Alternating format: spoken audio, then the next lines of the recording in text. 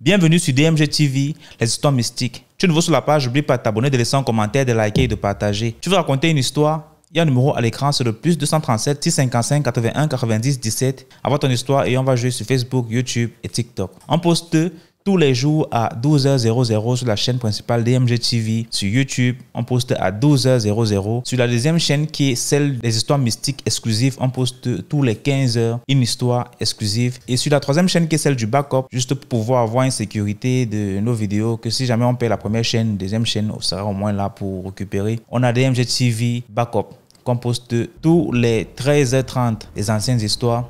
Et donc, abonnez-vous sur toutes les chaînes DMG TV YouTube. On a DMG TV pour les directs, c'est sur TikTok à 20h00 les mercredis et vendredis. Et on a aussi une chaîne Facebook qui est DMG TV. Suivez-nous aussi là-bas. Et donc, aujourd'hui, on va écouter plusieurs histoires. Je vous invite à liker, commenter, partager. Ce qu'on fait, c'est pour sensibiliser. Surtout, laissez un like pour donner la force au mouvement. On va écouter la première histoire. Bonjour DMG, bonjour famille DMG. Ici la belle inconnue depuis le Togo. Abonnez-vous. Likez, partagez, commentez. Même si vous n'avez rien à dire en commentaire, mettez le cœur. C'est bon pour l'algorithme. Mon histoire s'intitule « Elle a volé ma réussite ». Je fais cette histoire pour tirer l'attention à nos parents comme nous sommes en période d'examen. Cette histoire se passe quand j'étais en troisième. Quand j'étais en troisième, j'allais à l'école comme tout le monde.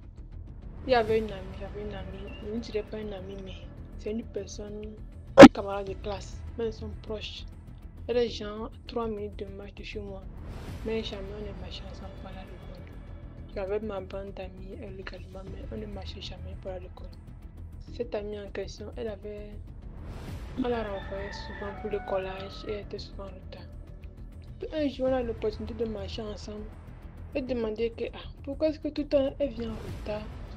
Bien, pourquoi ça se passe longtemps en retard, parfois même elle fait 1 semaine, 2 semaines sans venir. Elle me dit que non, qu'elle est chez sa soeur et que sa soeur est enceinte. Donc les caprices de sa soeur là, donc parfois avant de partir à l'école, elle fait les caprices, doit payer telle chose avant de quitter la maison. Et que bon, en plus, comme elle est enceinte dans la soirée, elle ne dort pas vite.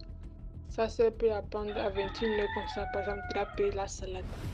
Et comme elle est nouvelle dans le quartier, je dois promener tout le quartier avant de trouver. Donc, elle me donne des arguments, des raisons pour lesquelles elle ne vient pas vite. Je dis, ok. Dès que si elle veut, pour la faciliter la tâche, je peux venir chez elle, on va aller à l'école ensemble. Comme ça, sa soeur va voir que non, à l'école c'est très sûr, on doit partir tôt pour ne pas que c'est l'avantage. Elle me dit non, c'est pas la peine. Je dis d'accord, sans problème. Voilà, nous, on arrive en période d'examen. Bon, quand elle m'avait dit ça comme ça, j'avais dit ça à mes parents, puisque c'était de mes amis avec qui je marche, je me disais que vous êtes côte à côte, pourquoi vous ne marchez pas ensemble? Je disais que non, puisque bon, il n'y a pas, c'est pas tout le temps, comme moi je pars vite, elle ne peut pas vite, donc on ne peut pas l'attendre, peut être en retard, puisque je n'aime pas le retard. D'accord, maintenant on arrive en période d'examen. Voilà, nous, 1 semaine à 2 semaines d'examen, nous faisions les cours. On part par exemple, quand on finit les cours à 14h, on revient à la maison. Puis à 17h30, on retourne à l'école pour finir à 21h. Donc, je l'ai dit, puis elle me disait que je peux passer chez elle, on va à l'école. Vers 17h, elle dit que non, on ne peut pas passer puisque ma soeur me prend. Je vais te poser à l'école. Mais si elle veut, en rentrant, comme on rentre vers les 20h, 21h, elle dit qu'elle peut attendre. Mon père vient me chercher. Donc, on va nous ramener nous deux à la maison et autres. Elle dit oui, mais non, d'accord. Qu'elle a compris, va beaucoup. Puis voilà, le temps passé, puis voilà, nous arrivons au jour d'examen. Puis maintenant, les jours d'examen, elle veut de passer chez elle. On va aller ensemble à l'examen. Donc, c'est même centre d'examen. Elle dit que non, elle ne peut pas passer. Soit elle passe à la maison. Puisque autant l'examen, pas que me te pose avec la voiture. Soit elle passe à la maison. On va aller ensemble. Comme ça, comme papa me prend là, lui n'a aucun problème pour apprendre. Donc, elle va passer à la maison. On va aller ensemble et l'examen. Elle est d'accord, elle a compris. Dès que c'est passé, elle me fait signe. Là, je vais prévenir à papa. Elle est d'accord, elle a compris. Mais bon, elle ne me faisait pas signe. Non, moi, je n'ai pas jugé bon de prévenir papa. Voilà que nous sommes Voilà que papa me dépose chaque matin l'examen. Papa me dépose très tôt. Donc, supposons que les épreuves commencent à 7h. Bon, déjà 6h20, 6h25, j'étais déjà au centre. Maintenant, on est arrivé. Quand on fait comme ça, dans l'examen, quand on revient de l'examen la soirée, on se retrouve chaque soir à 18h à l'école pour apprendre les sujets, pour apprendre les matières qui vont venir le lendemain. Donc, on vient comme ça jusqu'à plus tard 21h, on finit. Donc, comme papa lui sait qu'on finit à 21h, donc moi je l'attends au plus tard 21h, elle vient.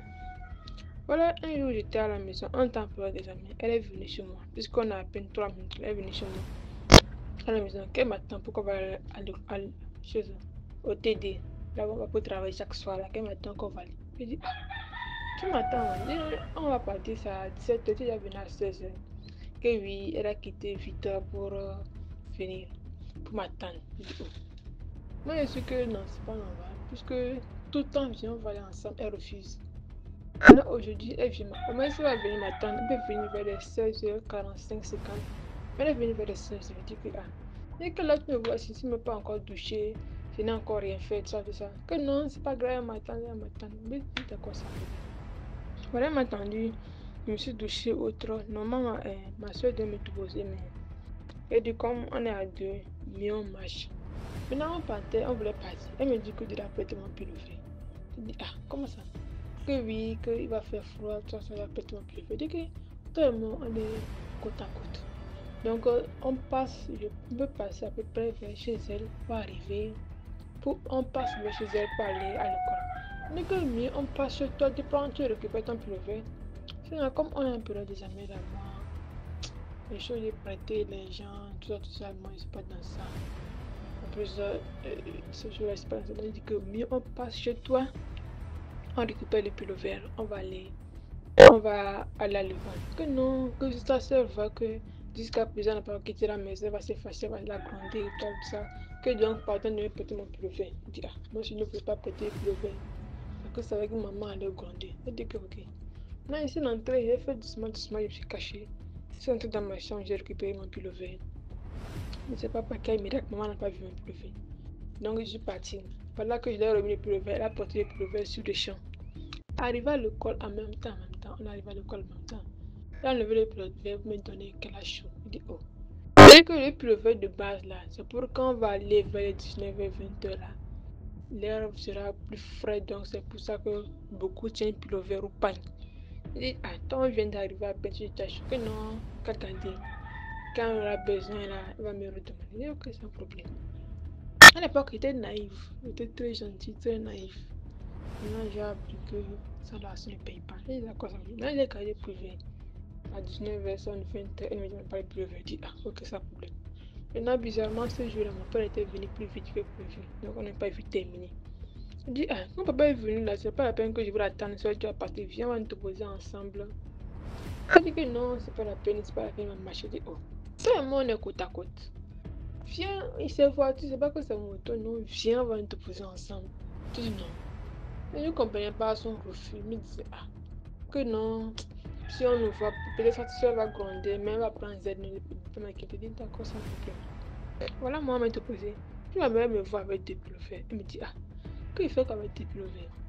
Puis c'est là, bon, comme je ne sais pas mentir, j'ai dit que voilà, comme ça, j'ai prêté à tel ami. Elle a grandi, que en période des amis, tu sais pas que c'est pas tout le monde qui va avec un esprit bon. D'autres vont avec des mauvais esprits, d'autres prennent la chance des gens. Moi, commencé à grandir, dit, ah, pas que va tout le monde prendre la rigueur. Elle a beaucoup grandi que de mettre le pilover dans les choses.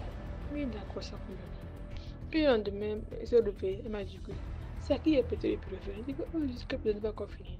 Qu'elle a fait un rêve comme quoi. Elle a pris, j'ai pris, moi-même qui a pris ma recette pour donner. Elle me faisait, ah, c'est pas qu'elle me fait ça. Donc, bon, j'ai dit non, j'ai pas dit non, c'est faux.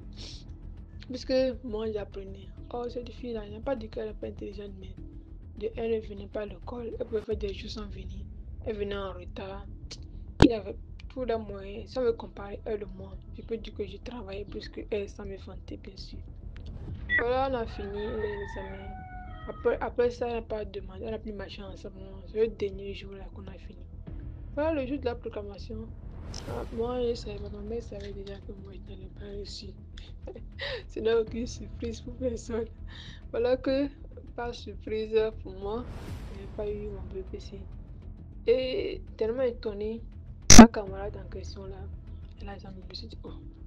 Je me disais que si elle a eu le BPC, comment se fait que moi, j'ai pas eu le BPC? Donc ça veut dire qu'il y a erreur. Que soit on va aller faire réclamation pour voir. Puisque elle ne venait pas à l'école. Et voyant ses notes à l'école et comparé avec nos notes à l'école. Si elle a réussi à avoir le BPC, que moi, je dois avoir le BPC là, sinon on l'a fait. Il y a eu erreur par quoi j'ai copié quelque chose du genre. Voilà la réclamation, il y avait rien. Ma mère a dit que c'est bien fait pour moi. Que moi, je sais qu'en période des amis, il y a pas à faire de camarades. Tu viens seul, tu pars seul. Si tu laisses le peu finir en même temps, tu rentres à la maison. Tu ne dis pas non, je vais attendre telle personne à marcher, que non, que c'est elle qui a pris ma chance. Et elle doit savoir ça depuis que bon, elle n'a pas voulu trop parler, donc elle savait. Donc juste pour attirer l'attention de mon maman, de mon papa, de mes petites soeurs, petits frères et soeurs qui iront à les amis. D'être vigilant. À les amener là-bas, c'est pas tout le monde qui vient avec Dieu. D'autres viennent avec des esprits bizarres. Simple fait que tu prêtes ta gomme à quelqu'un, tu prêtes ton crayon, tu prêtes ta règle, il peut faire des choses sur ça et qu'il va prendre ta réussite, il va prendre ta chance. Donc vraiment, je vais attirer, vu que tous nos frères et sœurs, mais les parents aient un œil attentif et qui prient pour leurs enfants. Qui prient pour les enfants, c'est vraiment important. Moi, j'en ai subi les frais, mais aujourd'hui, je n'en veux pas. Et aussi le fait qu'elle disait que mon ami en question là, qu'on l'envoyait trop. J'ai appris par après que c'était faux. Que c'est elle qui faisait affaire de garçon. Donc pour un peu camoufler ça, elle mettait la photo sur sa soeur qui était enceinte. Comme elle est enceinte, donc elle a su comment camoufler ça. Donc vraiment, que chacun tire la leçon qu'il peut dedans. Comme c'est mon bureau des amis, soyons vigilants. Prions avant d'aller les amis. Prions avant d'aller les amis. Arriver là-bas, priez sur vos bancs, sur vos rabats, sur vos bics. Priez sur chaque chose que vous allez utiliser. Avant de prêter quelque chose à quelqu'un, priez. Si vous récupérez après, priez. On ne sait jamais. Donc, merci d'avoir écouté. C'est la première fois de raconter une histoire. J'espère que j'ai été un peu explicite dans l'histoire. Abonnez-vous, likez, partagez, commentez. Si vous n'avez rien à mettre dans les commentaires, mettez le cœur en commentaire. Bye bye, bisous. Merci beaucoup pour l'histoire. Maintenant, on va écouter la deuxième histoire. Bonsoir à la grande famille DMG, j'espère vraiment que vous allez tous très très bien. Merci à DMG de pouvoir me permettre de pouvoir m'exprimer encore sur cette chaîne. Ici Sam, l'homme énigmatique sans voix en provenance de la Côte d'Ivoire, j'espère que vous allez tous très bien. Alors je viens encore avec une nouvelle histoire intitulée Le sacrifice d'organes humains, d'accord? Ou encore le trafic d'organes humains. Qu'est-ce que je voudrais dire à travers cette histoire? Chers amis, nous devons tous faire très très attention. Très attention. Alors, je commence l'histoire en disant simplement qu'il s'agit en réalité d'une demoiselle dont j'ai donné le nom d'emprunt Leslie. Leslie travaillait dans un centre médical spécialisé au niveau des deux plateaux, d'accord? Et elle va travailler là-bas en tant qu'infirmière diplômée d'État parce qu'elle a présenté le concours de l'INFAS, ça a marché, elle est bien, elle est là. Alors, malheureusement, quand elle a commencé à travailler, elle a rencontré pas mal de difficultés parce que vous savez, lorsqu'on présente le concours de l'INFAS, ceux qui sont en Côte d'Ivoire, l'INFAS signifie rien d'autre que l'Institut national de formation des agents de santé. C'est ce qu'on a abrégé INFAS, d'accord? Quand vous présentez le concours, vous prenez d'abord un moment de formation avant de sortir pour pouvoir exercer réellement en tant qu'infirmière ou je sais pas quoi, diplômé d'État. Alors voilà que cette dernière-là va commencer déjà par travailler et hélas, elle sera obligée de patienter sur une longue période parce que voilà, les concours c'est comme ça. Quand on a les concours, on fait une formation. Après les formations, on part maintenant travailler. Mais on ne perçoit pas le salaire maintenant. La vie en réalité en Côte d'Ivoire, c'est comme ça. Et elle va patienter ne serait-ce que sur une période. Ça peut parfois aller jusqu'à 1 an, 6 mois, tout ça. Donc, lorsqu'elle va commencer à toucher son rappel, et ça va coïncider au fait qu'on la fasse monter de grade. Elle va monter de grade et elle va commencer à travailler pour un certain monsieur dont je donnerai le nom de Frédéric. Il travaille aussi dans le même centre de santé. Vous savez, ceux qui sont dans le domaine des santé, ils ont différentes pathologies. Il y a des pédiatres, il y a aussi, voilà, si on connaît un peu, il y a chaque discipline est spécialisée selon l'entendement et selon la complexité de la situation. Et il va s'avérer qu'elle va travailler dans le service de diagnostic en tant qu'infirmière déjà. Alors, quand elle va commencer à travailler, elle travaillera sous la pouponne de M. Frédéric Akpo. M. Frédéric Akpo est un nom de surnom que je donne à ce dernier. Ce monsieur-là est très riche. Il est certes rigoureux, il a beaucoup de choses à dire, mais il est très très gentil. Alors, voici qu'un jour, comme ça, ils décideront tous de faire une fête à l'occasion je dirais, des 27 ans de M. Akpo. Et ils vont tous se décider de se rendre chez lui parce qu'il a décidé de prendre la fête en ses propres frais, en sa propre responsabilité. Et il sera là pour les inviter afin qu'ils viennent. Du coup, lorsqu'il les recevra chez lui, il y aura, la fête va battre son plein vraiment. Mais on va dire pour les plus curieux, puisque déjà avant de partir à cette fête, n'oublions pas de préciser que la veille, Leslie a fait un cauchemar dans lequel elle se voyait quelque part avec des organes, des têtes humaines, du sang partout. Excusez vraiment. Donc, elle ne comprenait absolument pas ce que cela signifiait. Donc, elle va décider quand bien que mal d'y aller. Une fois là-bas, la fête va battre son plein et elle va appeler sa meilleure amie Charlène. Voilà, ça c'est aussi un nom d'emprunt que j'ai donné. Et Charlène viendra lui rendre visite et lui demandera, mais qu'est-ce qui se passe? Elle dira à Charlène que voilà, ça fait un moment que elle a remarqué des irrégularités au niveau de l'hôpital. C'est-à-dire quoi? Vous savez, à l'hôpital, il y a un service de transplantation, un service donneur d'organes. À chaque fois qu'on précise que tel organe doit être livré, ce n'est pas le cas. C'est-à-dire, je prends un exemple. Par exemple, sur 5 fois qui devraient être livrés, c'est seulement que 2 fois qui sont reçus. Il y a 3 fois qui ont parallèlement disparu. C'est comme ça, en fait. C'est-à-dire, les irrégularités concernaient le nombre d'organes qui étaient à chaque fois livrés. Du coup, elle va en parler à sa meilleure amie qui va lui dire automatiquement, mais est-ce que ton patron, ton boss n'y est pour rien? Elle se dira, mais non, ça n'a pas de sens puisque c'est son patron et puis il est tout le monde et de toutes les manières, il est gentil avec tout le monde. Alors pourquoi est-ce qu'il fera ça? Et c'est là, pendant que sa meilleure amie viendra, après qu'elles ont eu cette brève conversation, elle décidera peut-être d'aller dans les toilettes et prise de curiosité, elle va voir juste en face des toilettes, il y a une porte qui découle automatiquement, c'est-à-dire sur une autre pièce. Donc, la porte avait un poignet, et devrais-je dire plutôt la poignée dorée. Donc, elle va presser la pression sur la poignée et elle va rentrer à l'intérieur de la pièce. Quand elle rentrera à l'intérieur de la pièce, elle remarquera que la pièce est complètement en rouge. Tout est rouge à l'intérieur de la pièce. Tout est rouge. La pièce est peinte en rouge, mais le sol même est recouvert d'un tapis rouge. Quand elle regarde à l'extrémité de la pièce, il y a encore une autre pièce. Elle se dirige légèrement au niveau de cette pièce. Elle voit une caisse en bois. Lorsqu'elle ouvre cette caisse en bois, elle est prise de panique parce qu'à l'intérieur de cette caisse en bois, il y a toutes sortes de choses. Des testicules, excusez-moi de l'expression, des seins, des organes, le cœur, la tête. Et tout ceci est regroupé dans ces caissons. Donc du coup, prise de panique, elle ne pourra vraiment pas supporter ça et elle va prendre une capture directement qu'elle va se précipiter ensuite de partir dans les toilettes pour éviter qu'on vienne la surprendre là.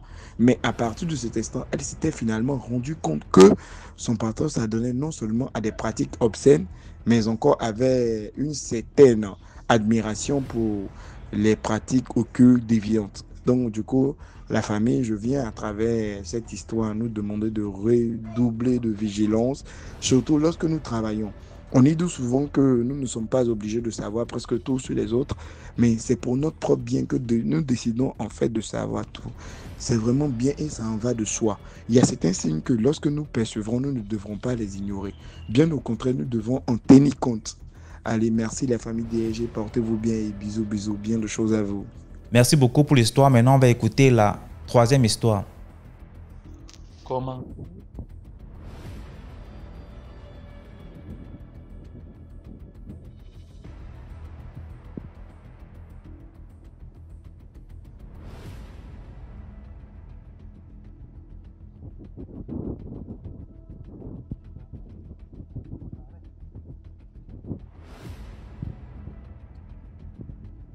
vous êtes désormais écoutés. Je veux parler de l'émission 924 et 923. Dans l'émission 924, au numéro 4, on a parlé des serpents dans les eaux de bain. Il y a des personnes qui refusent de croire. Ils vont se demander, mais comment le serpent peut se retrouver dans l'eau? Oui, il y a de cela quelque temps, un collègue m'a appelé parce qu'il y avait le cas d'un enfant d'environ 14 ans. Cet enfant, pour moi, à un certain moment de la vie, cet enfant est devenu subitement bête, bouché. Il ne parle pas, il regarde seulement, il ne recule pas, il n'avance pas. En effet, qu'est-ce qui s'est passé? Lorsque ces histoires ont commencé, on a interpellé mon collègue. Mon collègue a commencé à prier, ça n'allait pas. Parfois, le matin, on se réveille et on réveille la fille, elle ne se réveille pas. Elle peut se coucher le soir et se réveiller à 13h, à 14h et autres. Et les parents ont commencé à s'inquiéter. Après avoir épuisé toutes les voies des gangas, on m'a interpellé. Donc, chaque fois, on était obligé, quand ça n'allait pas, de m'appeler pour qu'elle se réveille le matin pour que l'on prie.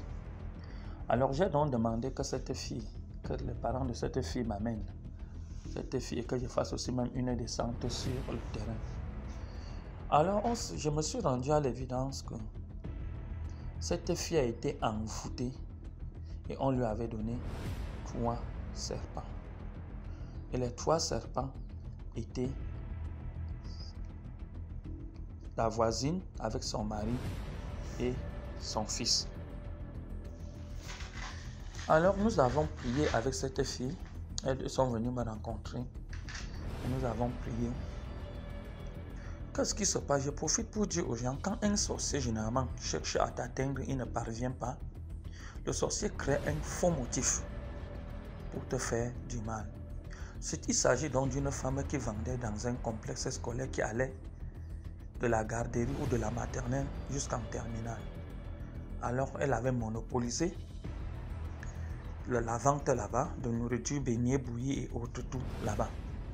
Alors chaque fois, cette petite fille qui souffrait, je vais la nommer Marimacho. Chaque fois, Marimacho, la petite fille, depuis même la cile, depuis la maternelle, l'aidait à transporter ne serait-ce qu'un seau, un tabouret au fur et à mesure des choses pour aller déposer à l'établissement avec ses enfants. Donc, elle a fait, disons, pendant une dizaine d'années. Alors subitement, un jour, la vendeuse accuse Marimacho auprès de ses parents que Marimacho a volé les beignets de 300 francs CFA. Disons CFA parce que ça n'atteignait même pas $1, ce qu'elle reprochait à cette fille d'avoir volé. Et c'est alors là que le calvaire de cette fille a commencé. On a voulu payer, lui donner même €1 et tout ça. Elle n'a pas voulu accepter. Et c'est là où le calvaire de la fille avait commencé. Et ça s'aggravait au fur et à mesure jusqu'à arriver au moment où la fille ne parvenait pas à se lever le matin, comme tout le monde a prolongé son sommeil. Mais ce que j'ai voulu que les gens comprennent dans cette histoire, c'est que quand nous avons prié pour cette fille, elle est rentrée. Et un autre jour, on a continué la prière à distance au téléphone. Cette fille a vomi 3 serpents vivants, représentant l'homme, la femme et son enfant, dont les uns et les autres sont libres de croire ou pas à ce que l'on vomisse des choses, parce qu'au numéro 924, épisode 924 numéro 4, nous avons suivi ces serpents qui sortaient de la bouche d'une personne, ou ce serpent qui était dans l'eau et autres, qu'on a mis que quelqu'un se lave et il a découvert. Donc, c'est pour vous dire qu'il y a des choses mystiques du monde. La deuxième histoire, toujours des serpents. Le même collègue m'a interpellé pour une fille. Alors, qu'est-ce qui se passe? La fille est allée rendre visite à ses oncles afin de les aider dans les travaux champêtres. Cette fille a environ 16 ans, un élève de première, je vous parle quelque chose de 2025. Alors, cette fille allait aider oncle et tante à travailler parce qu'ils sont dans la même ville. Je vous assure, la fille travaille en journée. Et puis l'oncle, la tante vient avec une bouteille d'eau minérale, 1,5 litre, et dit à ma fille beaucoup de courage. Voilà de l'eau glacée. Voilà de l'eau glacée. Prends, tu te rafraîchis avec. Et dans cette eau, la tante avait mis le serpent. Et c'est là où le calvaire de la fille commence. La fille a bu de cette eau et elle a été initiée avec ses deux petits frères. Et elle a été initiée et le calvaire de la fille a commencé. Jusqu'aujourd'hui, nous sommes toujours dans le combat. Et je vous assure, à cause de cette initiation, il suffit que cette fille ferme les yeux pour une seule seconde. Elle sera violée par le serpent. Quand tu veux discuter, te dis qu'elle manque et autres, il y a deux fois, elle peut se coucher là. Et elle se réveille difficilement et vous voyez le sang couler dans ses jambes. Je voudrais donc attirer l'attention des uns et des autres ici. Mes frères, même lorsque vous prenez un verre d'eau pour boire, il faut beaucoup prier. Et nous le disons, et nous le démontrons, même pendant que nous prions par les gens. Vous pouvez tenir une bouteille d'eau en main. Et nous commandons à cette bouteille d'eau. Et vous voyez les effets pour vous dire que la moindre des choses, quand vous la prenez, il faut toujours et toujours prier. Prier et prier, prier et prier. Quand nous étions tout petits, on nous disait qu'avec de l'eau, on ne peut pas empoisonner les gens. Mais en grandissant, nous avons découvert le contraire. Vous pouvez tenir votre bière dans vos mains et on regarde votre bière. On y introduit quelque chose, on la transforme. Faites beaucoup attention. Ces histoires de serpents, aujourd'hui c'est tellement grave. Avec cette fille, on a bataillé. Nous prions qu'elle réussisse son probatoire cette année. Mais ce n'est pas aisé. Cette fille a été violée et reviolée par le serpent à plusieurs reprises, au point même qu'elle a conçu. Je vous épargne du reste. Parlant de l'épisode 923, numéro 5, vraiment quelque chose m'a beaucoup marqué. Cet homme qui construit sa maison, il rentre, sa maison est occupée par ses frères. Et quand on réclame, il réussit à occuper même une partie. On le tue. La famille. J'ai une grosse blessure, la plus grosse blessure que j'ai eue dans mon ministère provient de la famille. Imaginez-vous, nous sommes dans les années 2010, 2012. Et puis je travaillais quelque part. Je vous ai conté l'histoire d'une fille qui était devenue folle. On l'a soignée, sa soeur est venue l'arracher. Et allait la négliger, elle-même, elle est devenue folle. C'est la même année, nous étions avec ces mêmes gens dans la même maison. Un membre de la famille, étant malade et même très très malade, on a vu qu'elle était agonisante et qu'elle devait mourir en ville, là où elle s'était très très éloignée à l'extrême du pays. Et pour payer, pour déporter sa dépouille jusqu'au lieu d'enterrement devait être extrêmement difficile. On a décidé de la rapatrier étant malade, qu'elle meure à côté, pour épargner les gens des dépenses. Alors, arrivée, elle a compris que nous aidions, que le Seigneur nous utilisait pour aider les gens. Et elle est venue loger chez nous, même contre notre volonté. On savait que sa maladie était incurable, mais ne nous avait jamais dit la vérité sur la maladie, donc on se contentait tout simplement de prier. DMG, arrivé, le membre de la famille a failli me sacrifier, moi, ma femme et mes enfants et tous ceux qui habitaient à la maison. Parce que même le malade, même, n'était pas très convaincu qu'il pouvait guérir, savait qu'il allait mourir. Mais par la grâce de Dieu, finalement, le malade a été guéri. Mais avant de guérir, le malade a intenté beaucoup de choses. Le malade a même failli détruire mon ministère. C'est plus tard. Le malade jusqu'aujourd'hui vit. Le malade est même devenu pasteur. Mais ça n'a pas été facile de digérer. Ça a été comme le chaos. L'échec, la plus grosse blessure de ma vie. Vous venez chez moi avec votre maladie inguérissable. Vous me cachez la véritable maladie pour que l'on vous aide. Et vous arrivez, vous voulez me détruire avec toute ma famille et tous les gens qui étaient chez moi. Et même depuis ce temps, quand la maladie est un genre, je n'accepte plus de prendre facilement des gens chez moi parce que les gens viennent, ils ne vous disent jamais la vérité. On dit que quelqu'un va mourir qu'on peut pour le soigner à l'hôpital, mais vous dites jamais la vérité. Mais il rend grâce à Dieu parce que la personne a été guérie, la personne est dit pasteur, la personne vit. Donc, histoire de famille, faisons beaucoup attention. Moi, aujourd'hui, tu es en Europe, tu fais venir ton frère en Europe, mais arrivé en Europe, c'est lui qui te rapatrie en Afrique. Commentez, likez, partagez. C'est la prunelle de l'œil de Dieu. Merci. Dieu, merci. Merci beaucoup pour l'histoire. Maintenant, on va écouter la 4e histoire. Bonsoir à toute la famille. Bonsoir à vous DMG.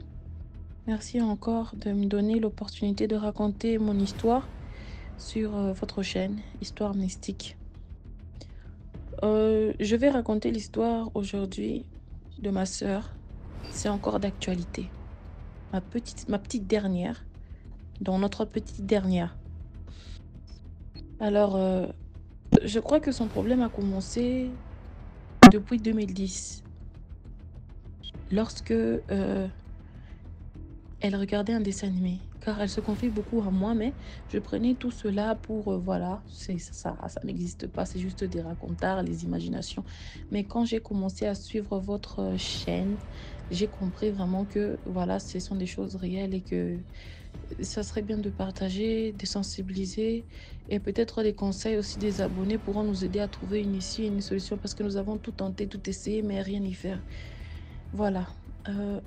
À l'âge de ses 10 ans, elle regardait un dessin animé. Barbie, je pense Barbie, les sirènes. Déjà, elle était fan des dessins animés d'une manière où on ne pouvait pas contrôler que ce soit Barbie, les fées, Barbie, les sirènes. Bon, tout ce qui est dessin animé, magique, elle aimait. Mais ce qui était bizarre, c'est qu'avec Barbie et sirènes, elle était vraiment accro. Elle était accro à tout. Parce qu'elle disait qu'elle rêvait même que Barbie lui apparaissait dans sa chambre, qu'elle parlait avec elle, elle parlait avec tous ces personnages de dessins animés et tout. Il n'y avait aucun problème, ils s'entendaient quand elle est seule, elle est triste. Voilà, ils venaient tous et ils dansaient, ils parlaient avec elle. Et voilà, ils se sentaient joyeux. Elle se sentait dans son monde, elle, comme elle appelait mon monde à moi. Elle disait ça à tout le monde. Elle disait, dans mon monde à moi, votre méchanceté n'existe pas, tout le monde s'aime. Alors, lorsqu'elle regardait la télé, à chaque fois qu'elle regardait la télé, j'avais costume à l'observer. Dès que c'est les sirènes, elle se lève, elle va vers l'écran. Même à 0 mètre, elle commence à toucher l'écran de ses mains, comme si elle était hypnotisée. Au fur et à mesure qu'elle était en train de grandir, elle avait son téléphone, elle-même quand elle avait son premier téléphone, elle remplissait ça que des histoires de sirènes. Moi, je prenais ça, j'effaçais, je disais, ne sois pas accro comme ça à ces histoires parce que ça peut inviter des esprits. Elle disait, ok, d'accord, je ne vais pas être accro comme ça. Mais elle aimait vraiment nager, elle aimait l'eau, le robinet, tout le temps être mouillée, tout le temps, vraiment. Même dans la salle de bain, elle s'enferme pendant 1 heure.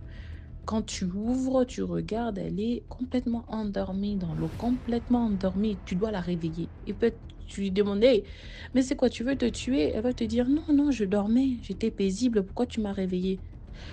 Au fur et à mesure qu'elle était en train de grandir, nous avons remarqué que son comportement a commencé à changer.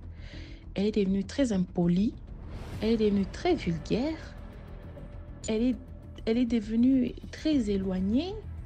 Pourtant, elle connaît la voix de Jésus, elle connaît la Bible et tout, mais d'un coup, elle ne voulait plus entendre parler de ça. Elle était devenue de plus en plus belle, mais après un temps, elle a commencé à flétrir. Je ne sais pas comment expliquer ça. Quand on essaie de l'amener voir des pasteurs pour qu'on prie pour elle, sa beauté automatiquement disparaissait et elle flétrissait. Lorsqu'elle prenait encore la décision de rentrer dans ces histoires-là d'elle-même, elle redevenait 5 fois plus belle qu'avant. Là, on ne comprenait pas. Bref, à ses 14 ans, si je me rappelle très bien ce phénomène, elle avait demandé à ce que je dorme avec elle. Alors, on dormait. Dans la nuit, elle s'est vite réveillée. Et je vous jure, croyez-moi ou pas, elle s'est réveillée mouillée. Elle s'est réveillée complètement mouillée. Moi, j'étais à côté d'elle, je pensais qu'elle avait fait pipi au lit. Non, elle s'est réveillée complètement mouillée, de la tête aux pieds, et elle me dit, grande sœur, je dis oui, tu vas pas croire ce qui m'est arrivé. Je lui dis, quoi, explique, il est 2 heures du matin. Elle avait déjà ouvert la fenêtre, elle a laissé les rayons lunaires juste entrer dans notre chambre et ça frappait fort. Je lui ai dit, il est 2 heures du matin, pourquoi tu as ouvert les fenêtres comme ça? Tu sais pas que c'est dangereux? Il peut y avoir des voleurs la nuit, et pourquoi tu as ouvert? Elle me disait, elle parlait bizarrement parce qu'elle était de dos, elle disait, cette nuit, c'est ma nuit. Cette lune, c'est ma lune. C'est notre lune mère. C'est notre reine mère. On doit l'honorer. Elle est sortie. Elle dit, avant qu'elle ne sorte, elle me dit, je viens de très loin, mais j'ai au moins la vérité. Je sais qui est ma véritable mère. Ce n'est pas cette femme qui est là avec nous dans la maison. Ma véritable mère m'a couronnée. Je l'ai fait asseoir. Je lui ai dit, explique-moi très bien ce que tu veux dire. Elle a dit, pendant qu'on dormait, elle a été réveillée par un bleu qui s'affichait dans le plafond. Et lorsqu'elle a regardé les carreaux, elle a vu les carreaux disparaître et laisser place à une piscine. Et 4 filles ont émergé de là. Je lui ai dit, non, tu as rêvé. Elle dit, elle a dit, je n'ai pas rêvé. Elle a dit, je les ai vues comme je te vois toi maintenant, à 14 ans, s'il vous plaît. Elle me dit, l'une, elle m'a très bien détaillé, je me rappelle. Elle me dit, l'une avait les cheveux rouges, l'autre avait les cheveux noirs, l'autre avait les cheveux marron brun ou quelque chose comme ça, foncé, et l'autre avait les cheveux complètement blancs. J'ai dit, les doigts, les mains, elle dit les mains comme les canards. C'est comme ça qu'elle m'avait dit. J'ai dit, ah, les doigts palmés. Elle dit, oui, les mains comme pour les canards avec des longs ongles. Et le bas, elle dit, le bas, tout le monde avait, chacun avait sa spécialité, hein. C'était difficile de les dire. Après, je lui ai dit, c'est compliqué parce que ça me dépassait, même aujourd'hui, quand j'en parle, ça me dépasse. Je lui ai dit, rendors-toi. Elle me dit, non, cette nuit, c'est ma nuit. Je l'ai fait dormir de force. Moi, je pensais qu'elle s'est endormie. Elle s'est levée. Et c'est comme ça qu'elle est partie dehors à 3 heures, vers 4 heures du matin. Ce qui m'a réveillée, c'est la fraîcheur parce qu'elle est sortie par la fenêtre. Elle est sortie par la fenêtre de la chambre, elle est partie dehors. Lorsque la fraîcheur m'a réveillée, j'ai sursauté, j'ai vu, il était déjà 5 heures du matin et quelques. J'ai dit, la fenêtre est ouverte, comment elle est où? Je suis sortie par la porte, j'ai réveillé les parents. J'ai dit, Stella n'est plus là. Stella est où? Stella n'est plus là. Comment expliquer que Stella n'est plus là? Stella est où? Non, on était en train de dormir, j'ai essayé d'expliquer. On est sorti. Lorsqu'on est sorti dehors, on l'a vue. Elle était juste debout. Elle était debout en train de regarder la lune, sans bouger. On s'est approché d'elle. C'est comme si elle avait déjà... Donc, elle était immobile, elle était inerte. On aurait dit que le corps était juste là, mais elle n'était pas dedans. Elle avait déjà grave transpiré. Elle était essoufflée, comme si elle avait couru. On a dû la transporter pour la remettre dans la maison. Une fois qu'on l'a remise sur le lit, automatiquement, elle a fermé ses yeux. Elle s'est endormie jusqu'à 17 h. On a trouvé ça étrange. On l'a amenée voir un pasteur. Et le pasteur a juste prié pour elle des simples prières, routine. Et puis on est rentré à la maison. Et ça ne s'est plus répété. Vers ses 15, elle a commencé à toujours grandir. Vers ses 15-16 ans, elle a eu un premier petit copain. Son petit copain venait souvent à la maison. Mais à chaque fois que son petit copain voulait vraiment voir Stella en elle-même, elle disait toujours, patiente que je puisse me mouiller parce que je préfère quand tu me vois mouiller. Son petit copain ne comprenait pas. Elle lui faisait des histoires bizarres, même parce qu'il venait souvent me demander pourquoi Stella agit bizarrement tout d'un coup. Tantôt, elle est bien, on dirait qu'elle est schizophrène. Le matin, c'est quelqu'un d'autre. À midi, c'est quelqu'un d'autre. Le soir, c'est quelqu'un d'autre. Jusqu'à ce que... Bref, le monsieur a pris ses distances et voilà. Voilà, il est parti. Ils s'y sont séparés. De plus en plus, on a commencé à remarquer que la vie de ma petite sœur a commencé à devenir très instable. Très, très instable. Elle n'arrivait pas à attendre, même ses relations 16, 17, 18, même ses relations, ça n'allait plus. Elle ne faisait que changer de garçon parce qu'elle-même, en elle-même, elle me disait, les gars m'ennuient. Moi, je préfère ici, là-bas, là-bas, ici. Aujourd'hui, je suis avec celui-ci. Ou soit je combine tel et tel. Et elle me disait avec une telle facilité, comme si c'était très facile pour elle. Et une chose bizarre, c'est que elle m'avait fait une confidence lorsqu'elle avait 17 ans. Elle me disait, la lune me parle. Je lui dis, quoi? Elle dit, la lune me parle. J'ai dit, non, là, tu es en train de délirer, tu deviens folle. Parce que à un moment donné, on pensait que c'était une folie. On l'avait même fait interner dans une asile psychiatrique pour régler ces problèmes-là. C'est peut-être mental, mais même malgré ça, ça revenait toujours. Elle disait, la lune me parle. Vous ne me croyez pas, mais la lune me parle. Et d'ailleurs, à chaque pleine lune, une fois que je la regarde, je sens que mes batteries sont rechargées. Elle disait toujours ça. Elle disait que ce sont des changements de marée ou des changements de saison océanique, ou bien tantôt elle disait, dans la lune, je peux voir les miroirs, le reflet de mes sœurs de l'autre côté du monde. Je comprenais pas trop ce qu'elle disait, mais c'est aujourd'hui que je commence à comprendre au fait ce qu'elle disait. Parce qu'une fois, je l'ai prise, on était tous dans la maison, à chaque fois elle s'éclipse. Et je comprenais que c'était toujours au moment où il y avait une grande pleine lune, la grande vraiment pleine lune. Et elle avait un cahier, enfin des cahiers où elle écrivait chaque phase lunaire, chaque chose, tâche qu'elle devait faire à chaque phase, comment elle devait manipuler l'eau, comment elle devait utiliser ses rites à faire, des cailloux, des coquillages, de ceci, cela, bref. C'est plus tard qu'on avait découvert ce genre de cahier, qu'on avait commencé à investiguer davantage sur son comportement. Alors, elle disait que une fois, elle est partie, le jour où la lune a parlé la première fois, elle était partie, elle était en train d'étaler les vêtements, c'était aux environs de 19h. Et elle a juste regardé la lune et la lune s'est approchée et a commencé à lui renvoyer des rayons. Et lorsque les rayons sont entrés dans ses yeux à elle, elle a commencé à voir la lune lui parler. Et la lune lui parlait en tant que ma fille, tu es ma fille, je suis ta mère. Et tu me dois honneur et respect. Tu me dois allégeance et tout ce qu'il faut faire pour que tu es une princesse, ceci, cela, bon, des histoires comme ça. Et automatiquement, elle me dit que j'ai senti que l'énergie de la lune est entrée en moi, dans mon être, m'a transportée de bas vers le haut et m'a fait juste léviter à 1 mètre du sol, puis m'a laissé tomber par terre. Et là, je me suis sentie joyeuse. Et elle disait que il fallait que je sente que je rends grâce à la reine mère qui est la lune. Et elle a commencé à danser pour elle. Elle dansait. Et elle disait que c'était comme si pour elle, c'était un devoir. Il ne fallait pas qu'elle s'arrête. Parce que un jour, je l'ai déjà vue, elle dansait bizarrement et n'importe comment. Et elle a commencé à courir.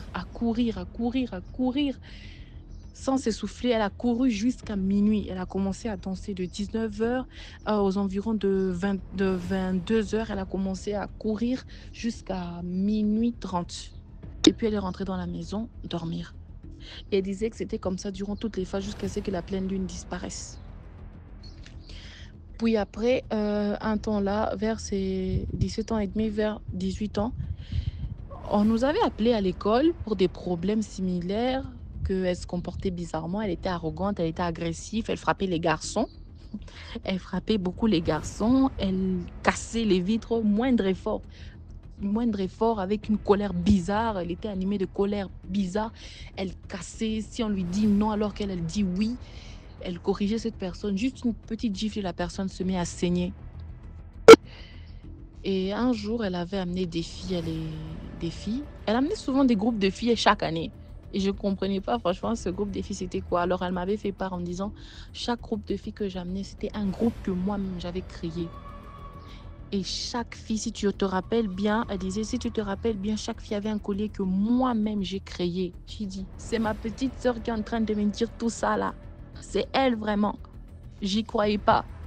Et elle m'explique, elle me montre dans son cahier, elle m'explique en me disant ceci.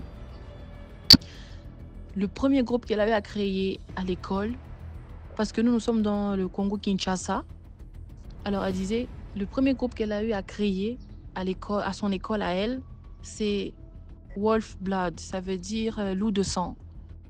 Donc, ils se sont mordus entre eux. Même pas blessés, ils se sont mordus. Chacun suçait le sang de chacun. Et ils se disaient que leur rendez-vous à eux, c'était sur les toits. Sur les toits. Donc, le fait de courir là, fort, là, c'était le truc qui était lié à ce pacte-là qu'ils avaient fait avec leurs amis. Elles étaient à 5. Et personne à l'école ne leur résistait. Donc, une fois que des gens, même si la personne est forte comment, dès qu'ils croisent seulement les regards de ces filles-là, allez, obéissance et soumission totale. Le deuxième groupe, c'était le temps de l'éternelle froidure, si je me rappelle bien. Oui, le temps de l'éternelle froidure. C'était une espèce des histoires de glace suivant d'un dessin animé qu'elle avait regardé parce qu'elle disait que pour elle, les dessins animés, c'était des choses vivantes. C'était des choses qui quittaient, qui venaient la voir, qui parlaient avec elle. C'était son seul réconfort. Le troisième groupe, elle avait nommé ça Lolly Rock. C'est aussi un dessin animé pour ceux qui connaissent Lolly Rock. Et elle dit les colliers qu'elle a créés, le cristaux que la reine-mère, soi-disant la lune, a rempli d'énergie. C'était ça, elle avait rempli ses filles de pouvoir. Parce que le deuxième, ce qu'il en avait fait unir le pacte, ce n'était pas le pacte de sang, non. Le deuxième, c'était un pacte des colliers. Chaque collier, elle avait rempli ça avec une énergie bizarre. Parce qu'elle présentait les colliers à la lune avant de les remettre à ses amis. Le troisième groupe, ce que j'ai dit, Lolly Rock, c'était aussi les pactes des colliers. Alors le jour où elle avait décidé de briser le cristal central où elle rechargeait ses colliers, elle dit le cristaux en question est apparu dans le ciel et a dessiné cette forme, puis s'est évaporé, comme si ça a explosé et ça a disparu. Parce que apparemment, il y aurait une de ses filles, comme elle disait que ce sont mes filles, qui elle ne supportait pas parce qu'elle voyait des choses bizarres se produire chez elle la nuit. Et elle en a parlé à sa mère. Et sa mère l'a amenée voir un pasteur et est venue à l'école. Et ça l'avait créé des problèmes. Du coup, il fallait qu'elle casse ça parce que le secret avait été démantelé. Après tout ça, elle a laissé tomber les histoires de groupe. Les filles là se sont écartées pour le Wolf Blood. Je ne sais pas comment est-ce que c'est terminé pour eux. Elle ne m'a rien dit sur ça. Je ne sais pas. Mais après un temps, elle a commencé à devenir très rétractive, solitaire, très colérique, plus colérique même qu'avant. Puis est tombée les séries là, H2O, qu'elle a commencé à suivre sur YouTube pour les sirènes. Encore une fois de plus, cette envie de l'eau qui était déjà éteinte depuis longtemps s'est encore réveillée. Et là, c'est devenu maintenant la catastrophe. Là, c'est maintenant parti en vrille. Vers 2020-2021, jusqu'à nos jours, c'est devenu autre chose d'elle. Ce n'est plus la même personne. Elle a fini, elle a eu à arrêter. Elle a fini ses études, oui, mais elle n'a pas fait l'université. Elle n'arrivait plus à faire l'université. Sa tête est complètement enfouie dans quelque chose d'autre. Au lever de pleine lune, c'est elle qui est là. Et elle sait chaque phase. Jusqu'à aujourd'hui, c'est les mêmes histoires. Avec les garçons, elle devait se marier. Elle a refusé le prétendant qui est venu l'épouser parce que son cœur lui dit que ce n'est pas le bon parce que c'est un serviteur de Dieu. Elle ne veut pas de relation unique. Elle veut seulement de gauche-droite, droite-gauche, gauche-droite et droite-gauche. Voilà. Elle est très possessive et très dominatrice. Elle est déjà devenue bizarre avec tout le monde. Elle ne parle plus à personne, même pas aux parents. Donc elle fait ce qu'elle veut en fait. Elle-même, elle dit, je veux la liberté, mais plus vous me repoussez cette liberté, plus ça va vous coûter très cher. Et elle disait que, et jusqu'à aujourd'hui, elle répète toujours ces histoires de ma mère, ce n'est pas ma mère qui est ici sur terre, ma mère, c'est celle qui est dans l'eau, c'est elle ma véritable mère. Mes sœurs sont celles qui sont dans l'eau, qui sont mes servantes sont mes amies. Vous n'êtes pas ma vraie famille. Vous n'êtes rien du tout. Comme elle nous dit ça aussi facilement, je vous dis, c'est compliqué parce qu'on est allé voir plusieurs personnes, des pasteurs, on a tout fait. Qui on n'a pas vu? Lors de délivrance, il y avait des temps où elle parle une langue bizarre qu'on n'a jamais entendue. Elle parlait des langues étranges. Jusqu'à aujourd'hui, elle parle toujours des langues étranges. Elle se comporte bizarrement à tel point que moi-même, j'ai peur de dormir avec elle. Elle a des réactions brusques. Elle peut te prendre par le cou comme ça quand ça lui vient. Quand elle décide vraiment de s'éloigner, elle monte en hauteur. Elle va sur les toits de la maison très élevés, là, juste au pic au sommet. Et elle reste là debout pendant des heures et des heures et des heures à contempler le vide uniquement. On ne comprend pas c'est quoi. Elle contemple juste le vide. On ne comprend pas c'est quoi. Elle peut partir dans les piscines. Lorsqu'elle part dans la piscine, sa manière, elle dit, moi je vois très bien dans l'eau. Je ne sais pas pourquoi vous avez besoin de lunettes. Je ne sais pas pourquoi est-ce que vous avez besoin des lunettes. Moi, je vois très bien dans l'eau. Et c'est vrai. Elle avait des coachs. Les coachs, quand elle voit comment elle nage ou bien comment elle reste longtemps dans l'eau sans respirer, c'est compliqué. Nous tous, on ne comprend pas. Ça vient d'où ça? La fille, elle n'a jamais fait autant longtemps dans un bassin de natation. Ou bien elle est comme un poisson dans l'eau, comme on dit. Ça vient d'où? C'est ça qu'on ne comprend pas. Ça vient d'où? On a peut-être eu à dire qu'on l'a initiée quand elle était bébé, ceci, cela. On a eu à voir des pasteurs et tout, mais elle-même, elle nous dit clairement que j'appartiens des deux mondes. Elle dit, je suis un pont à deux rives. J'appartiens des deux mondes, d'un côté physique et d'un autre état spirituel. Mais tantôt, elle me dit que je sais que du ciel, on me réclame et je sais que de l'eau, on me réclame. Mais je ne sais pas quoi faire. Je suis prise entre les deux. Que dois-je faire? J'ai l'impression que je ne peux quitter ni de l'un ni de l'autre. Je suis juste au milieu. Je suis perdue. Alors, lorsque j'ai découvert la chaîne, je me suis dit, peut-être que tout ce qu'on vivait ici, ce n'était pas une imagination, c'était vraiment réel en fait. Peut-être que la petite a vraiment besoin d'aide et que, voilà, comme on dit, on sensibilise, il faut faire vraiment attention. Le monde ici n'est pas le monde qu'on est en train de croire vraiment. Jusqu'à présent, je vois comment est-ce que ma petite est en train de souffrir parce que elle avait eu à rêver. Il n'y a pas très longtemps, il y a 2 semaines de cela, elle a eu à rêver. Elle disait qu'elle est allée juste se reposer et elle s'est évanouie. Et lorsqu'elle s'est évanouie, elle se retrouvait dans une place où il y avait de l'eau. Mais l'eau là avait une couleur un peu verte. Il y avait 3 rochers. Et qu'il y a comme une sirène qui est émergée, mais elle était très grande et elle avait des dents de vampire. Elle l'a enlevée de l'eau et puis l'a mordu au cou. Lorsqu'il l'a mordu au cou, elle a commencé à prendre de sucer le sang et de lui repulser un venin. Lorsqu'elle lui a refoulé le venin et qu'elle s'est réveillée, parce qu'elle a dit que cette opération entière s'est passée, elle s'est évanouie aux environs de 15h jusqu'à 20h. Elle dit que lorsqu'elle s'est réveillée, et c'est vrai, ce jour-là, elle s'était réveillée bizarrement, comme si on l'avait vraiment frappée. Elle dit que lorsqu'elle s'est réveillée, jusqu'il y a 3 semaines, elle avait mal au cou. Elle avait très mal au cou, ça faisait mal. Et c'est vrai, jusqu'à aujourd'hui, sur ce cou-là, il y a une tache noire. Elle a dit, le côté où on l'a mordu, il y a une tache noire. Alors, on comprend. Jusqu'à présent, voilà, la vie de ma petite, elle est un peu compliquée, bouleversée, instable, travail. Elle n'arrive pas à avoir copain, mari, quoi. Elle n'arrive pas, elle ne veut pas en avoir un statut toujours à côté, gauche, droite. On veut que son corps et puis on la laisse. Ah. Et oui, j'allais oublier, excusez-moi. Il y a 2 jours de cela, elle dit le gars avec lequel elle a eu à... Bon, elle dit, elle ne l'intéresse pas, tout ce qu'elle veut seulement avec lui, c'est juste un mougou, comme on dit. Il a rapporté elle est entrée, elle a dit que quand elle est entrée dans sa maison, voilà. Elle a dit que quand elle est entrée dans sa maison, elle a ressenti une énergie vibratoire. Et elle dit qu'elle a demandé où est-ce que dans le Lubumbashi, on peut trouver des coquillages.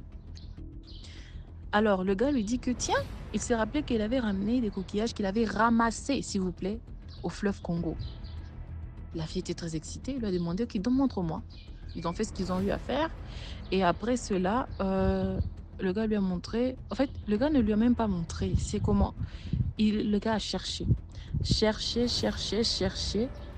Et la fille, c'était la première fois, ma petite à moi, c'était la première fois qu'elle est entrée, parce que ce n'est pas seulement elle qui m'a raconté cette histoire, le gars aussi est venu me raconter cette histoire, parce que jusqu'à aujourd'hui, il est encore choqué. La fille n'était jamais entrée dans sa chambre, c'était la première fois après avoir fait leurs histoires, là.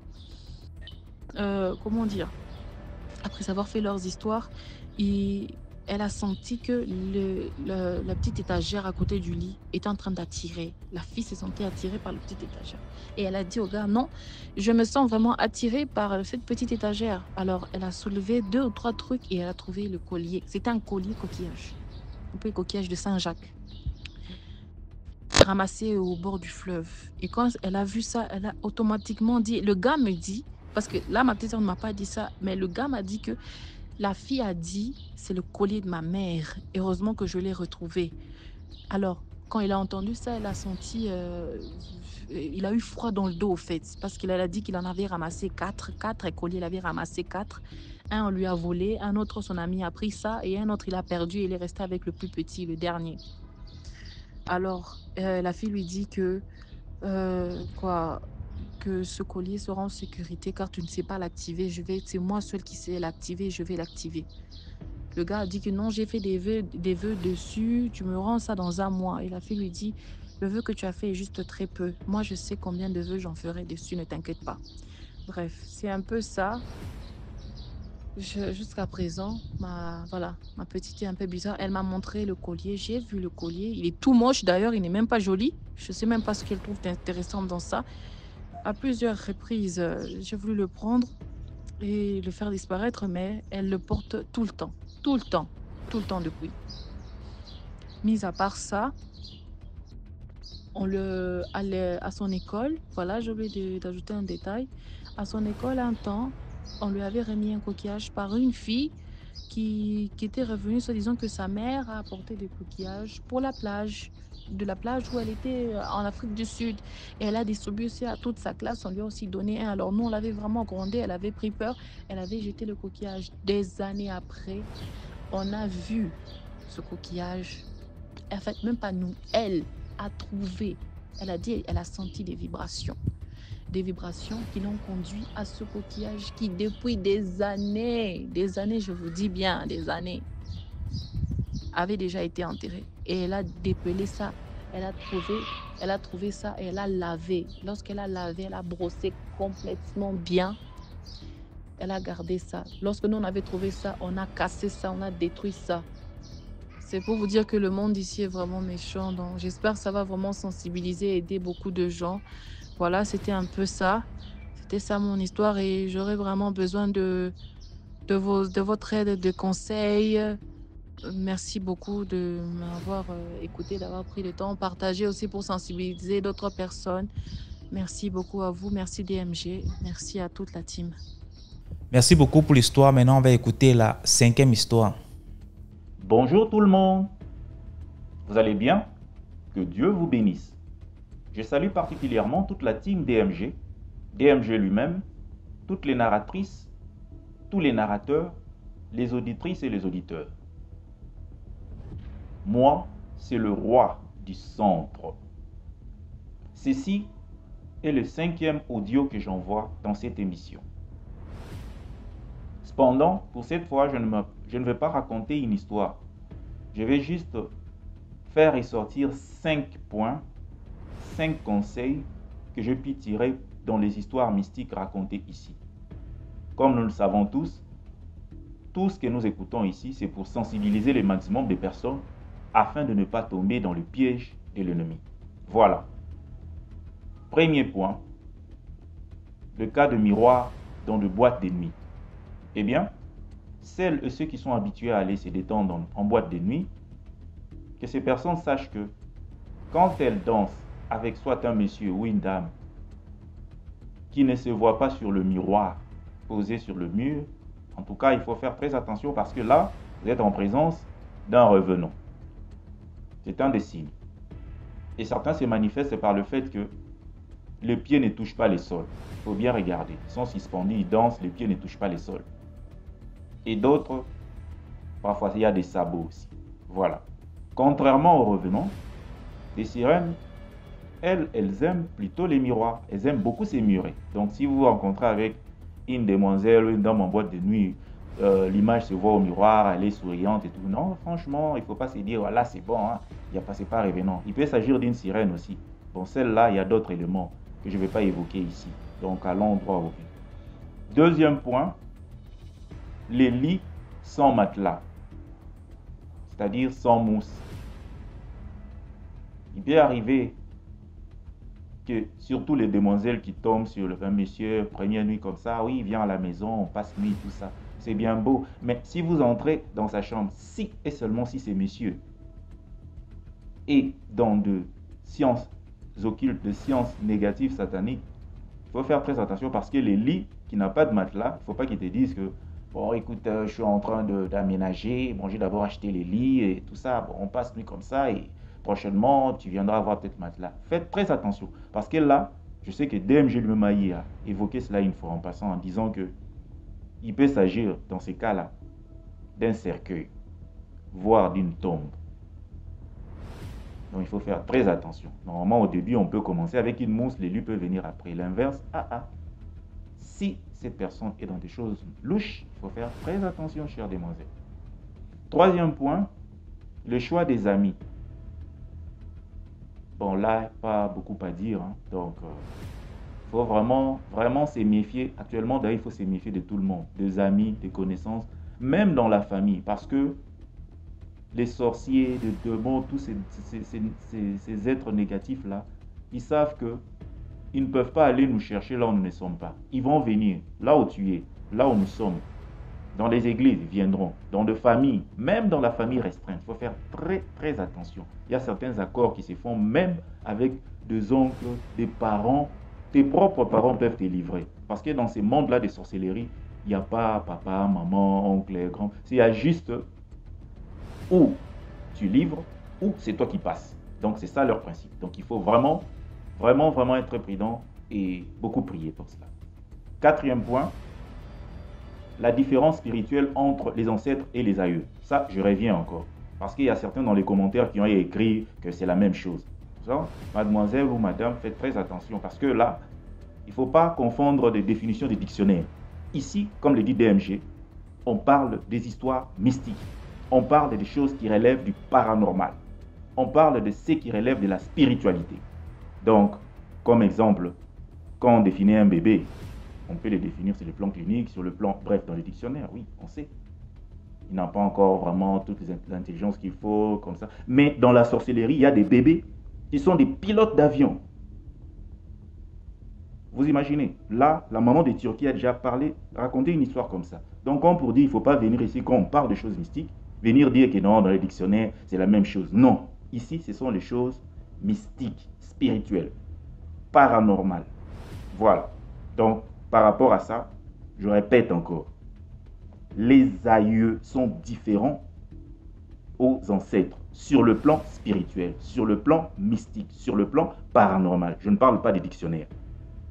Donc, bref, les aïeux, comme les ascendants, leur dénominateur commun, c'est simplement parce qu'ils ont vécu avant nous. Ce sont nos ascendants. Par contre, la différence est que les aïeux, ce sont nos ascendants, mais qui ont eu à mal se comporter devant Dieu, pratiquement. Qui ont eu à signer des pactes dont les retentissements continuent à nous faire souffrir jusqu'à présent. De l'autre côté, les ancêtres, par contre, de manière générale, ont eu à bien se comporter devant Dieu. C'est pour ça que les ancêtres, parfois, interviennent même maintenant. Donc, ils sont dans le bon. Par contre, les aïeux, ce sont ceux-là qui nous font souffrir. Exemple, un aïeux peut-être pour être un grand commerçant, il peut livrer toute sa descendance, je ne sais pas combien de générations après, qui ne se marie pas, qui n'ait pas d'argent, peu importe, il s'en fout. Lui, l'essentiel, que lui soit un grand commerçant. D'autres, pour être un grand chasseur, il peut livrer 4-5 générations comme ça. Parce qu'en cette matière-là, ce n'est pas comme à la Bible, hein. Il y a des malédictions qui frappent jusqu'à la 4e. Dans ces mondes-là démoniaques, ils arrivent même jusqu'à la 7e génération des malédictions qui frappent. Donc ça demande des dimensions très élevées de prière pour pouvoir mettre fin à cela. Voilà. Donc bref, retenons que mystiquement, je dis bien mystiquement, je répète, mystiquement, aïeux est différent des ancêtres. 5e et dernier point. Donc là, franchement, je vais juste exhorter toutes nos sœurs, tous nos frères, nous tous, moi y compris, que nous puissions vraiment prier sincèrement. Parce que le monde est tellement pourri que on ne sait plus à qui se confier. On ne sait plus sur quel pied danser. Donc seul Dieu qui nous protège. Donc soyons vraiment, pas seulement des hommes et des femmes de prière, mais aussi fournissons un effort. Nous savons que la chair est faible, mais fournissons un effort d'être en ordre devant Dieu, de faire ce que le Créateur nous demande de faire, afin que quand l'ennemi vient nous frapper, que nous puissions être protégés véritablement par Dieu. Eh bien, nous allons nous revoir au prochain audio. Je crois que cette fois-là, je vais raconter une histoire mystique. Que Dieu vous bénisse. Au revoir. Merci. Merci beaucoup pour l'histoire. Maintenant, on va écouter la 6e histoire. Bonjour DMG TV, bonjour la famille DMG. C'est encore moi, la dame qui raconte souvent les histoires de l'hôpital et qui a raconté l'histoire de sa mère, entre autres. Bon, la famille, je viens encore une fois de plus ici aujourd'hui pour raconter l'histoire qui a été racontée par une influenceuse très connue qui raconte les histoires. Bon, voilà, elle dit ceci. Il s'agit d'un monsieur de l'Afrique de l'Ouest qui avait un bon cœur à aider sa nièce à venir en Europe. Voilà l'histoire. Sa nièce vient et lui dit, tonton, je vais aller en Europe, mais je n'ai pas l'argent.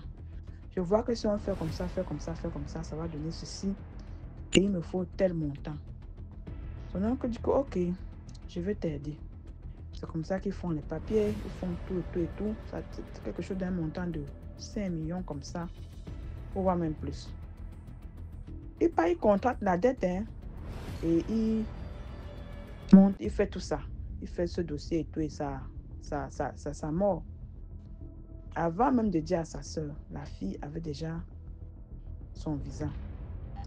Alors le jour du voyage, il vient à l'aéroport, il bénit la fille en lui disant, ma fille, comme tu parles là, si tu arrives là-bas en Europe, s'il te plaît, le premier 5 francs, je dis bien le premier 5 francs que tu vas commencer à travailler, qu'on va te payer, dès qu'on te donne ton premier argent, ton premier 5 francs que tu vas toucher, divise ça en 2.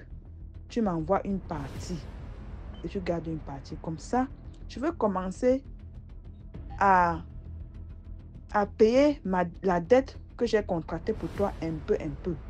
Tu as compris? Oui, tonton. Tu as compris? Oui, tonton. Voilà, la fille s'en va. Elle arrive bien. Elle commence à travailler. L'argent entre. Elle, chaque mois, elle envoie l'argent à sa maman. Elle dit à sa maman, ferme ta bouche. La maman prend, sachant ce qui se passe, elle ne dit rien. Chaque mois, elle envoie. 5 mois. Et entre-temps, le monsieur, l'oncle a la pression de la personne chez qui il était allé contracter la dette. Il a la pression. La maman connaît. Et un jour, la fille travaille. Elle envoie maintenant 2 millions. Elle dit, maman, prends ça. Tu fais quelque chose. Un commerce ou quelque chose. Maman prend. Elle a encore l'argent sur elle. Et entre-temps, la dame du marché, étant fatiguée d'attendre, dit que mais cette fois-ci, ça en est trop. Elle part, elle fait une convocation, et dans lequel elle cite beaucoup de choses. Abus de pouvoir, elle cite trop de choses dans la convocation et elle vient donner au monsieur. Le monsieur part voir la maman et lui disant que ouais, ma soeur, voilà. Tu sais, notre fille, ta fille qui est ma nièce aimée, étant donné. Et le monsieur lui-même, il avait ses enfants à la maison avec sa femme. J'ai aidé ma fille parce que c'est ma fille, c'est ta fille et c'est aussi ma fille. Elle est venue avec son projet et moi j'ai tenu à l'aider puisque le projet était bon. Je me suis dit que bon voilà, étant donné que nous sommes dans une famille modeste, déjà arrivée là-bas, elle pourra peut-être nous aider. Et voilà, l'argent n'était pas mon argent. J'avais contracté cette dette comme ça chez la dame que tu connais au marché là. La mère dit que ok. Et est-ce que tu dis bien que c'est ta fille, que c'est ta fille, mais est-ce que si tu la considères comme ta fille, tu devais aller alors contracter la dette comme ça? Ça me dit, faites tout ce que vous avez fait sur mon dos là, ça me dit. Voilà, elle est arrivée là-bas, elle ne travaille pas, elle n'a rien. Moi, je ne sais pas. Appelle-la, tu gères avec elle. Donc, elle dit ok. Et entre-temps, le petit frère de la fille était en train d'écouter comment les parents parlaient. C'est après ça que, quand l'oncle part, il reste pas derrière, il dit à sa maman, maman, vraiment, ce que tu es en train de faire n'est pas bien. Voilà, on sait tous que chaque mois, ma grande soeur envoie l'argent ici pour nous. C'est elle qui paie ça, c'est elle qui paie ci. Et voilà, elle vient même de t'envoyer 2 millions. C'est moi qui suis allé retirer l'argent là à Western Union. Pourquoi est-ce que tu ne donnes même pas 1 million à tonton pour qu'il aille résoudre ses problèmes, pour qu'il a commencé à retirer la dette là?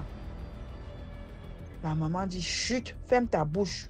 Si tu sais que tu es sorti de mon ventre, faut même pas ouvrir ta bouche là, tu parles.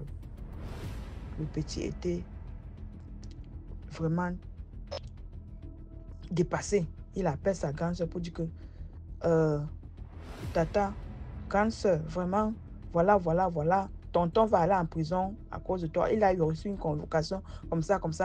Et on sait bien que, voilà, tu envoies l'argent ici chaque mois. Pourquoi ne même pas chercher à donner un peu d'argent à tonton pour que, aller sur l'argent, retirer même 1 million pour qu'on donne à tonton. Comment ça? Il retire la dette pour ne pas aller en prison. Il commence à payer la dette. Grande soeur dit, ferme ta bouche. Ferme-moi ta bouche là rapidement. Ok. Voilà, l'oncle est allé en prison, non? 6 mois de prison. Quand il fait 6 mois de prison, le petit frère étant au courant de tout, s'en va au marché et raconte tout à la dame qui avait prêté l'argent à l'oncle. Voilà, la dame a eu pitié, elle allait retirer sa plainte et le monsieur est sorti de la prison. Comme il sort de la prison, là, il vient, il appelle la fille, il dit, ma fille, toi, je t'ai conseillé comme ma fille, j'ai laissé mes propres enfants avec ma femme là-bas. J'ai tenu à t'aider. Et je t'ai dit que cet argent, tu connaissais que j'avais prêté cet argent. Je t'avais bien dit que le premier 5 francs que je devais toucher, il fallait commencer à m'envoyer pour que je puisse commencer à payer la dette avec. Tout doucement pour qu'on finisse, on commence tout doucement et pour finir, on paye tout doucement. Voilà maintenant, je suis allé en prison, j'ai même fait 6 mois et tu n'as pas réagi.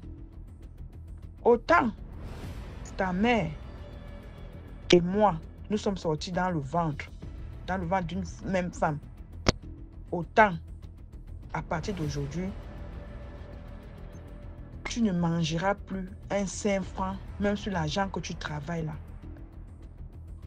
Comme il a parlé là, le corps n'a pas chanté 3 fois.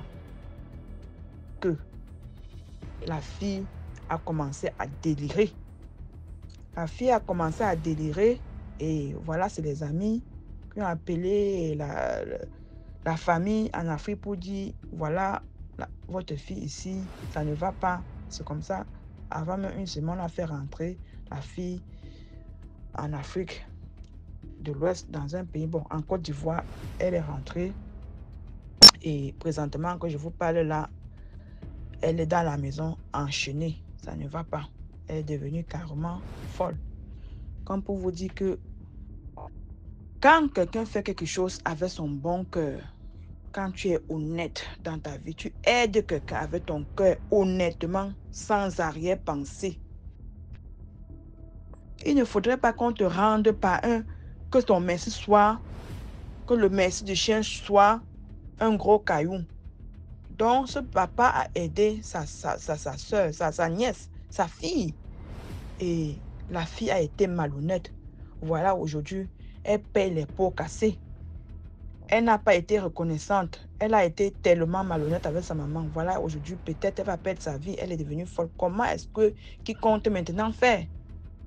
Il a seulement parlé. Peut-être qu'il n'a même rien fait. C'est seulement cette parole. Comme on dit souvent, le pouvoir de la parole. Il a parlé et ça agit. Lui, ça ne devait qu'agir parce que lui, il a été honnête. Même dans la famille, ça se passe. Tu aides les gens et pour finir, c'est toi qui deviens le mauvais. On t'insulte, on dit que tu as même fait quoi. Et c'est toujours comme ça que ça finit. Vraiment, la famille, apprenons à être honnête. Quand tu es honnête, rien de tout ceci ne peut t'arriver. Voilà, c'était tout pour l'histoire. Partageons-la en commentaire et bye. Merci pour l'histoire. Voilà, c'est la fin de cette émission. J'espère que vous avez liké, commenté, partagé. Surtout, envoyez vos histoires au numéro à l'écran sur le +237 655 81 90 17. Et on va jouer ici sur YouTube. Passez une très bonne journée. Surtout, priez avant de dormir. Ciao.